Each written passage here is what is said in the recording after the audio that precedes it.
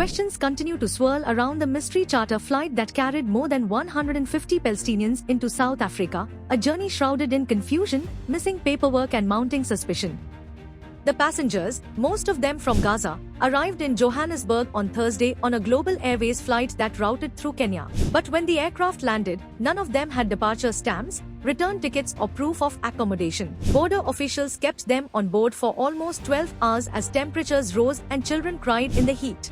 Eventually, 130 were admitted on standard 90-day visas, while 23 continued on 2 other countries. South Africa's President Cyril Ramaphosa has now ordered a full investigation, calling the arrival mysterious and expressing concern that the group did not seem to know where they were being flown. Yesterday we had a plane of 160, we're carrying 160 Palestinians landing at OR Tambo. And these are people from Gaza, who somehow mysteriously were put on a plane that passed by Nairobi and came here. And I got to hear about it from my Minister of Home Affairs, wanting to know what do we do now. And I said, we cannot turn them back. Even though they do not have the necessary documents and papers, these are people from a strife-torn, a war-torn country.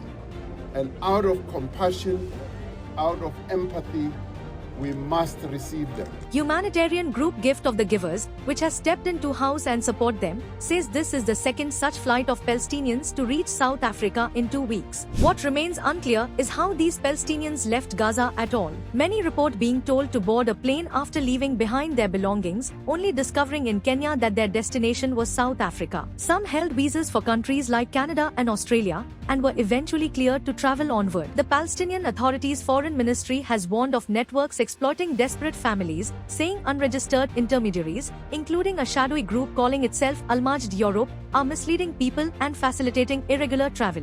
The Palestinian embassy in Pretoria says the organization exploited the tragic humanitarian conditions in Gaza, deceiving families and collecting money from them. The embassy and local NGOs are now working to assist the passengers, many of whom have endured 2 years of bombardment, displacement and famine.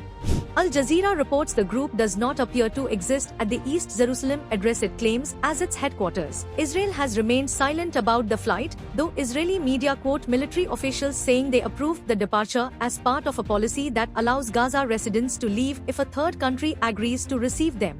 That country has not been named. South Africa, meanwhile, is one of the loudest critics of Israel's war on Gaza and is pursuing a genocide case at the International Court of Justice. And in a separate development, both Pakistan and Jordan have reiterated zero tolerance for any forced displacement of Palestinians, warning that any such transfers amount to ethnic cleansing. For now, the passengers have been given temporary refuge, but the true origins of the flight and the network behind it remain unresolved.